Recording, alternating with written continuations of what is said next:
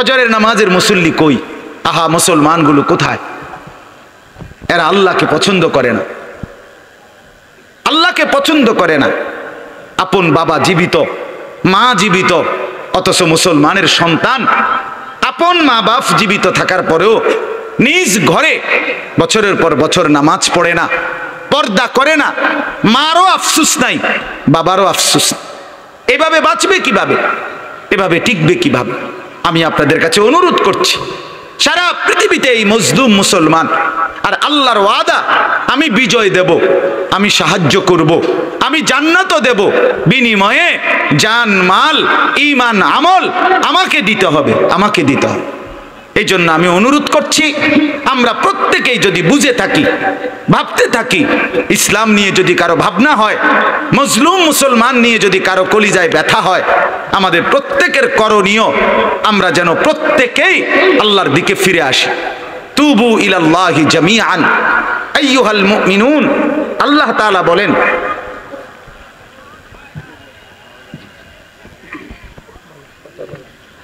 আল্লাহ তাআলা বলেন, হে ঈমানদারগণ, হে মুমিনগণ, তোমরা সকলেই আল্লাহর দিকে ফিরে আসো, আল্লাহর দিকে ফিরে আসো। লাআল্লাকুম তুফলিহুন, তাহলেই তোমরা সফল হবে, তাহলেই তোমরা কামিয়াব হবে। আল্লাহর দিকে না ফিরলে, সেজদা না করিলে, আমরা আল্লাহকে না ডাকলে, আল্লাহর গোলামি না করলে আমাদের বিজয় আসবে না, আমাদের সফলতা আসবে না। আমি অনুরোধ করছি, একজন হলে একজনই বোঝেন, 10 জন হইলে 10 জন বোঝেন। একটা যুবকও যদি বুঝে থাকো বাপ, আমি অনুরোধ করছি, তুমি না ফিরলে, তুমি সেজদা না দিলে, তুমি আল্লাহর নাফরমানি না ছাড়লে ইসলামের বিজয় আসবে না। তুমি উলঙ্গ ছবি দেখলে, নর্তকীর নাচ দেখলে, বেনামাজি জিন্দিগি দিনের পর দিন কাটাইলে, আমার বন্ধু, এভাবে জিন্দিগি আমাদের সুখ আসবে না। আখেরাত তো নাই, দুনিয়াও না। আমি অনুরোধ করলাম, আমরা প্রত্যেকে ইনশাআল্লাহ আল্লাহর দিকে ফিরি, নিজের স্ত্রী, নিজের ছেলে, নিজের মেয়ে, নিজের মা, নিজের বোনকে আল্লাহর বন্দিগি, ঈমান আমল, পর্দা পুশিদা, নামাজের উপরে অভ্যস্ত করার চেষ্টা করব, বলেন ইনশাআল্লাহ। সর্বশেষ একটা আবেদন আছে, সেই আবেদনটা হলো, আপনারা সবাই জানেন ফিলিস্তিনের মজলুম মুসলমান, আহা 23 লক্ষ মুসলমান বাড়ি হারা, ঘর হারা। একটা ঘর, 23 লাখ মুসলমানের একটা ঘর আর মাটির উপরে অক্ষত নাই। হাজার হাজার মুসলমান, মা, মেয়ে, নারী, শিশু, বাচ্চা রক্তে জমিন ভাসতেছে। মুসলমান তার লাশটুকু আপন মাতৃভূমিতে, ইহুদি এই কুত্তারা, ইসরায়েলের এই বেঈমান, ইউরোপের এই জারজ সন্তান, এই সন্ত্রাসী ভাড়াটে মাস্তান, এরা এইখানে মুসলমানের জমিনে মুসলমানের লাশটা পর্যন্ত দাফন করতে দিচ্ছে না। আজকে তাদের এই আস্ফালন, মাত্র 92 লক্ষ ইসরায়েলের জনশক্তি, এই অল্প কিছু কাফের 180 কোটি মুসলমানের বিরুদ্ধে অহংকার জুলুম করছে, আমেরিকার ইউরোপের দাপটের উপরে ভরসা করে। এই জন্য আমরা বিনীত অনুরোধ করছি, সারা পৃথিবীর মুসলমানদের আবেদন এটা, আমরা যেন ঘরে ঘরে আমাদের মা, আমাদের মেয়ে, আমাদের স্ত্রী, আমাদের ছেলে, আমাদের ভাই, যার রক্তে ঈমানের রক্ত আছে, মুসলমান মায়ের পবিত্র দুধ যারা খাইছেন, যারা ইসলাম পরিচয় দেন, আপনাদের সবার কাছে অনুরোধ, কমপক্ষে এই একটা প্রতিবাদ, যে মার্কিন এবং ইসরায়েলি পণ্য আমরা সবাই বর্জন করব ইনশাআল্লাহ। বলেন ইনশাআল্লাহ, বলেন ইনশাআল্লাহ। আপনাদের সবার কাছে অনুরোধ, আপনাদের স্ত্রীদেরকে বলবেন, মেয়েদেরকে বলবেন, আপনাদের মাকে বলবেন, আপনাদের ছেলেকে বলবেন, লাক্স সাবান ব্যবহার করবেন না, ডাব সাবান ব্যবহার করবেন না, ফেয়ার এন্ড লাভলি ব্যবহার করতে দিবেন না, আপনারা পন্ডস ক্রিম ব্যবহার করবেন না, ক্লোজ আপ, পেপসুডেন্ট ব্যবহার করবেন না, Surf Excel, wheel powder, Rin powder এটা ব্যবহার করবেন না, পেপসি, 7 আপ, কোক এগুলো ব্যবহার করবেন না। কিনলে একটা পানির বোতল আছে, একুয়াফিনা একটা পানির বোতল আছে, এগুলো আপনারা ব্যবহার করবেন না। মার্কিন এবং ইসরায়েলি এই বেঈমানদের পণ্যের উপরে থুতু মারবেন, থুতু মারবেন, থুতু মারবেন আপনারা। বলেন ইনশাআল্লাহ, বলেন ইনশাআল্লাহ।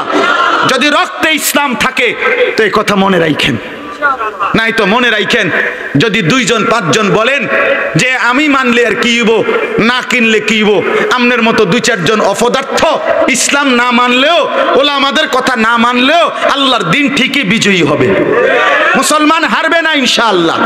আমনে কামে লাগলেন নারী, আমনে কামে লাগছেন নারী, ইসলাম জিতবে, মুমিন জিতবে ইনশাআল্লাহ, ফিলিস্তিনে জিতবে, মুসলিম মুজাহিদরা ইনশাআল্লাহ জিতবে ইনশাআল্লাহ।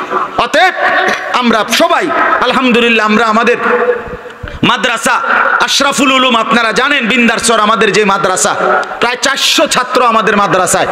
আমরা বলার পরে আমাদের এই ছোট্ট ছোট্ট বাচ্চারা তাদের প্রত্যেকের কাছে সাবান, ছোট শ্যাম্পু, যা যার কাছে ছিল, পেপসুডেন্ট, ক্লোজ আপ, মানা হয় 3 বালতি, সব কিছু জমা দিয়া ফেলায় দিছে, সব কিছু ফেলে দিছে।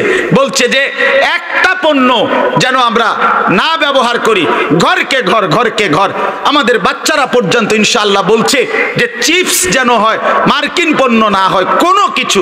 এই জন্য আমরা মার্কিন এবং ইসরায়েলি পণ্য বর্জন করব, বলেন ইনশাআল্লাহ। আমাদের মাকে বলবেন, আপনার স্ত্রীকে বলবেন, ফেয়ার এন্ড লাভলি ছাড়াই তোমারে সুন্দর লাগে, লাখ সাবান না ডললেও তোমারে ভাল লাগে, বলেন বলেন ইনশাআল্লাহ, বলবেন তো ইনশাআল্লাহ। এটা বড় প্রতিবাদ হবে, এটা বড় প্রতিবাদ হবে। আমরা কিছুই করতে পারলাম না। আপনি যদি বলেন সার্ফ এক্সেল ছাড়া কাপড় পরিষ্কার ভালো হয় না, লাক্স সাবান ছাড়া গাও পরিষ্কার হয় না, ফেয়ার এন্ড লাভলি ছাড়া চেহারা ভালো দেখায় না।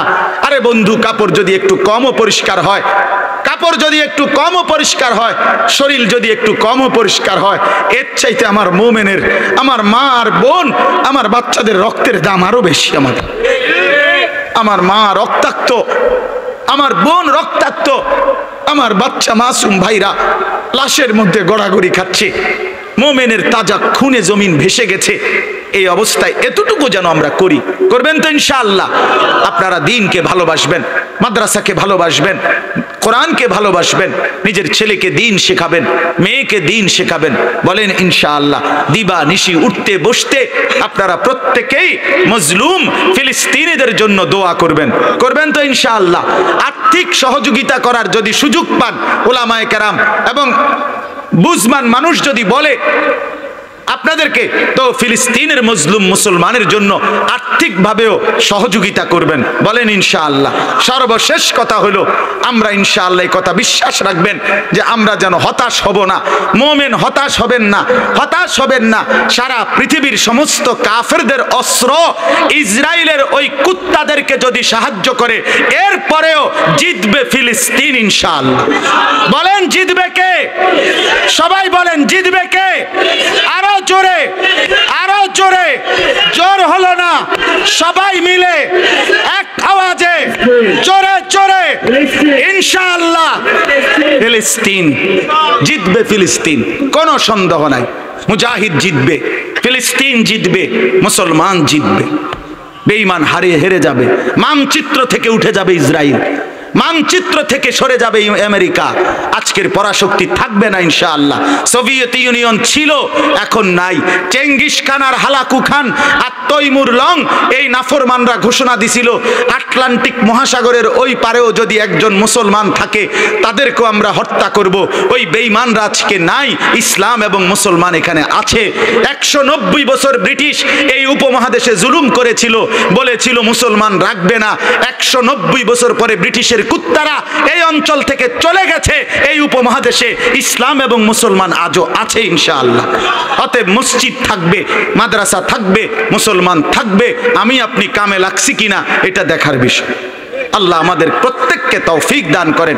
আমাদের কোনো জাতিসংঘ নাই, আমাদের জন্য কোনো মানবাধিকার সংস্থা নাই, আমাদের জন্য কোনো আন্তর্জাতিক আইন নাই, আমাদের কোনো ইউরোপ নাই, আমাদের জন্য কোনো আমেরিকা নাই।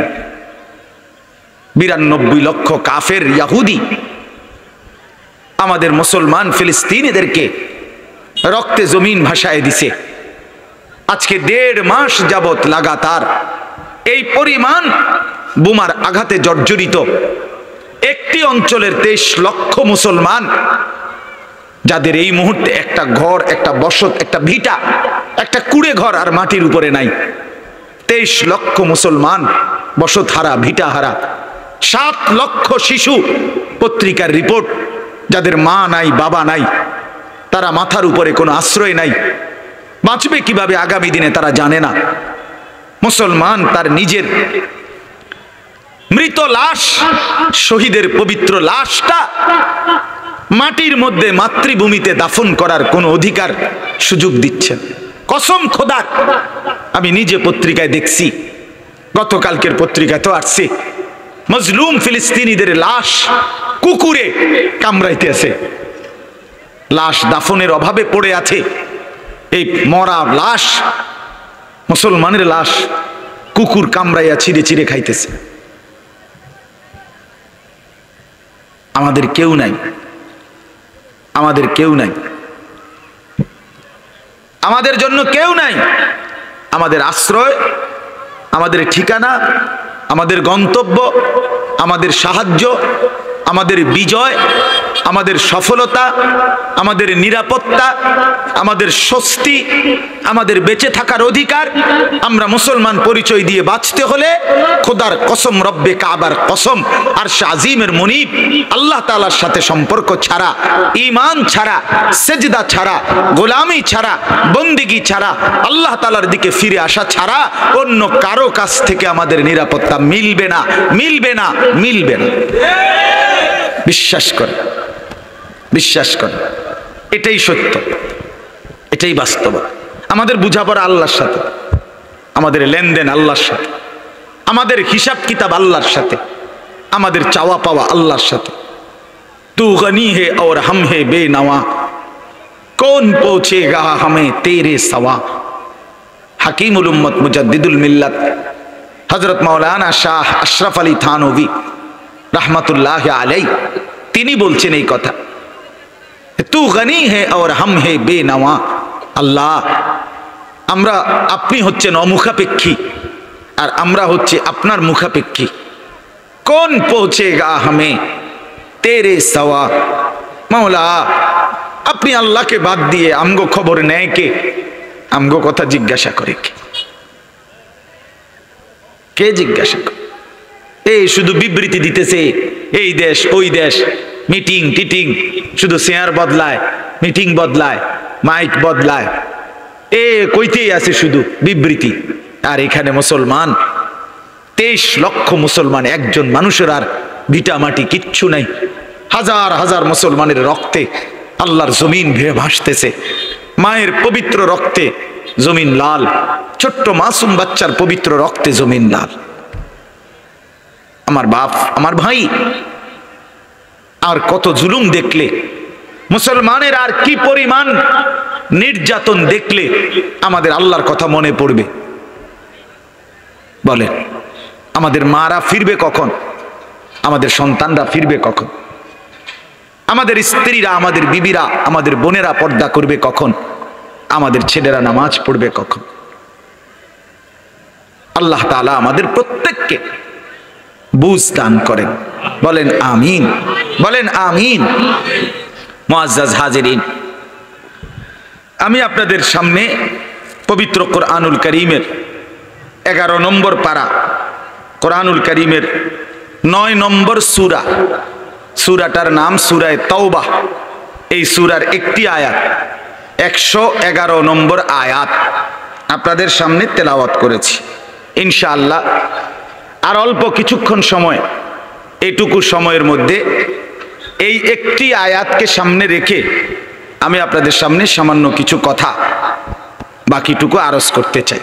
ইনশাআল্লাহ আমাদের পরম শ্রদ্ধেয় আজকের মাহফিলের প্রধান মেহমান, আমাদের মুরব্বী, আমাদের গোটা কুমিল্লার মুরব্বী, কুমিল্লার অসংখ্য অগণিত কওমি মাদ্রাসার অভিভাবক, আমাদের শিরোতাজ, হাজারো আলেমদের উস্তাদ, আমাদের মহান এক বুজুর্গ আল্লাহওয়ালা পীরে কামেল শেখুল হাদিস আল্লামা নুরুল হক দামাত বারাকাতুহুমুল আলিয়া, আমাদের এই বয়োজ্যেষ্ঠ মুরব্বী, আমাদের এই মাথার ছায়া, তিনি আলহামদুলিল্লাহ আমাদের এখানে আছেন।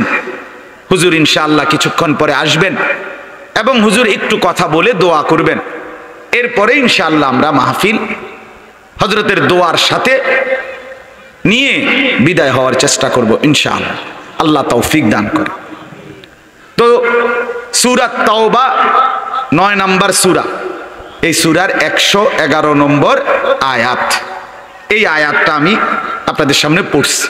আগে সংক্ষিপ্ত একটু শানে নুজুল, মানে এই আয়াতটা কেন নাজিল হলো এটা একটু শোনেন, তাহলে বুঝতে সুবিধা হবে।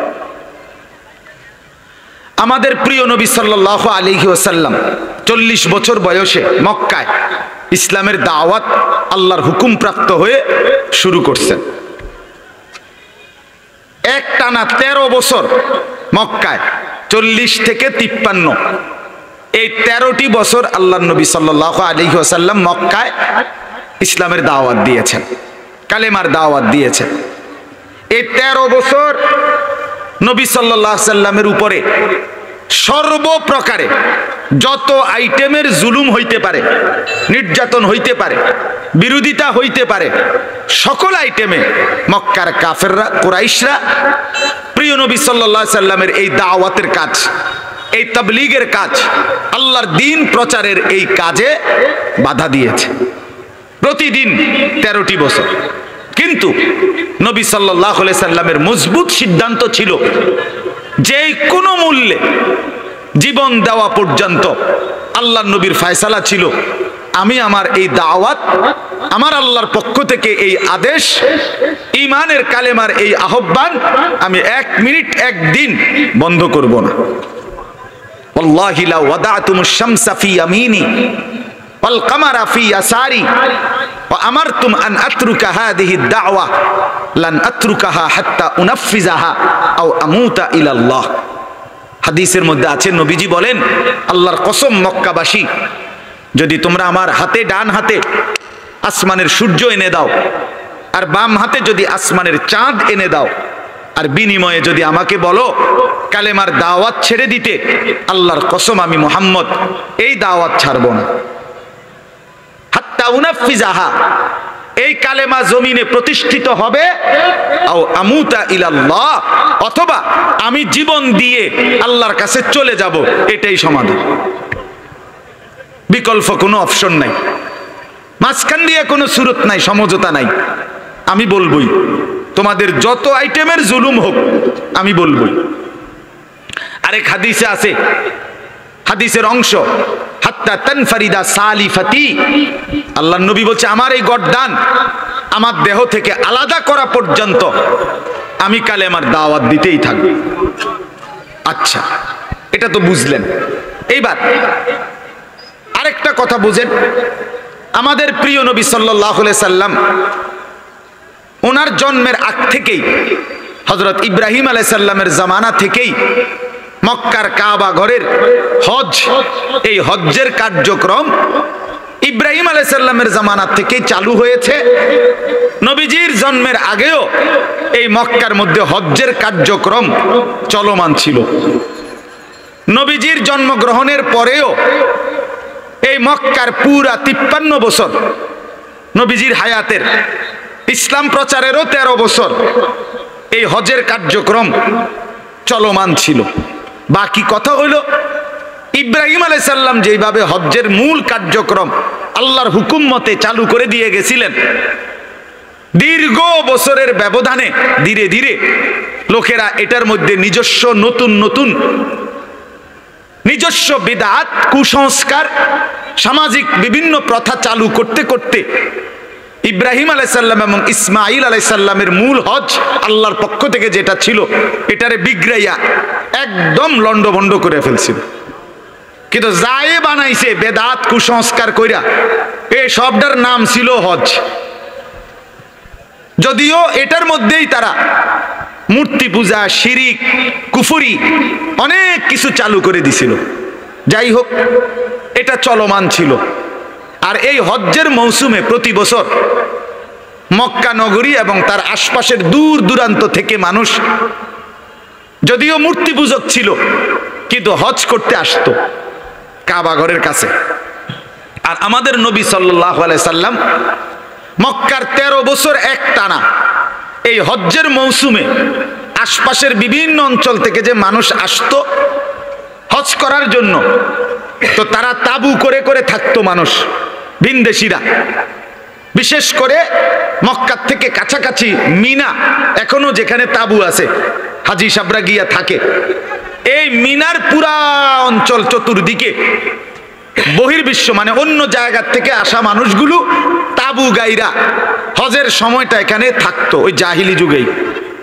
আল্লাহর নবী সাল্লাল্লাহু আলাইহি সাল্লাম 13টি বছর মক্কায় এই তাবুগুলোতে গিয়া গিয়া হজ্জের সময় অন্যান্য অঞ্চলের মানুষগুলোকে 1 জন 2 জন 10 জন 5 জন যাই পাইতেন যাকে কালেমার দাওয়াত দিতেন, ইসলামের দাওয়াত দিতেন।